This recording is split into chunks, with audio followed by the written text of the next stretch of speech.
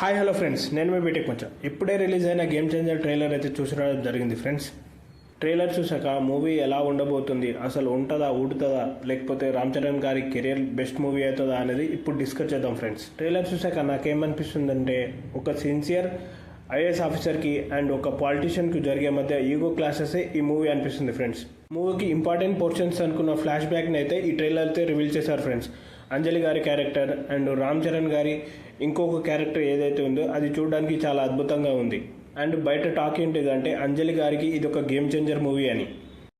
రామ్ చరణ్ గారు, ఎస్జే సూర్య గారు ఇద్దరు తమ క్యారెక్టర్లో చాలా పోటాపోటీగా నటించారు. చూడడానికి చాలా బాగుంది.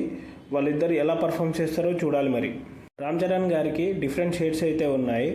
ఇందులో ఎమోషనల్ గాను చాలా బాగా నటించారు అనిపిస్తుంది నాకైతే.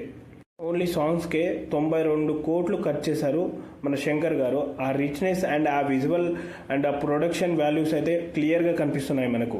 ప్రతి రూపాయి పైసా వసూలా అనిపిస్తుంది ఫ్రెండ్స్. మూవీకి మ్యూజిక్ అందిస్తున్న తమన్ గారి బీజియం అయితే బాగుంది. వినడానికి కూడా చాలా ఫ్రెష్గా అనిపించింది. మూవీని డైరెక్ట్ చేసింది శంకర్ గారు. అండ్ ఈ మూవీలో హీరోగా రామ్ చరణ్ గారు, హీరోయిన్గా అంజలి గారు అండ్ కే రాఘవన్ గారు నటించారు. మెయిన్ విలన్గా ఎస్ఏ సూర్య గారు నటించారు. అండ్ ఈ మూవీకి తమన్ గారు మ్యూజిక్ డైరెక్టర్గా పనిచేశారు.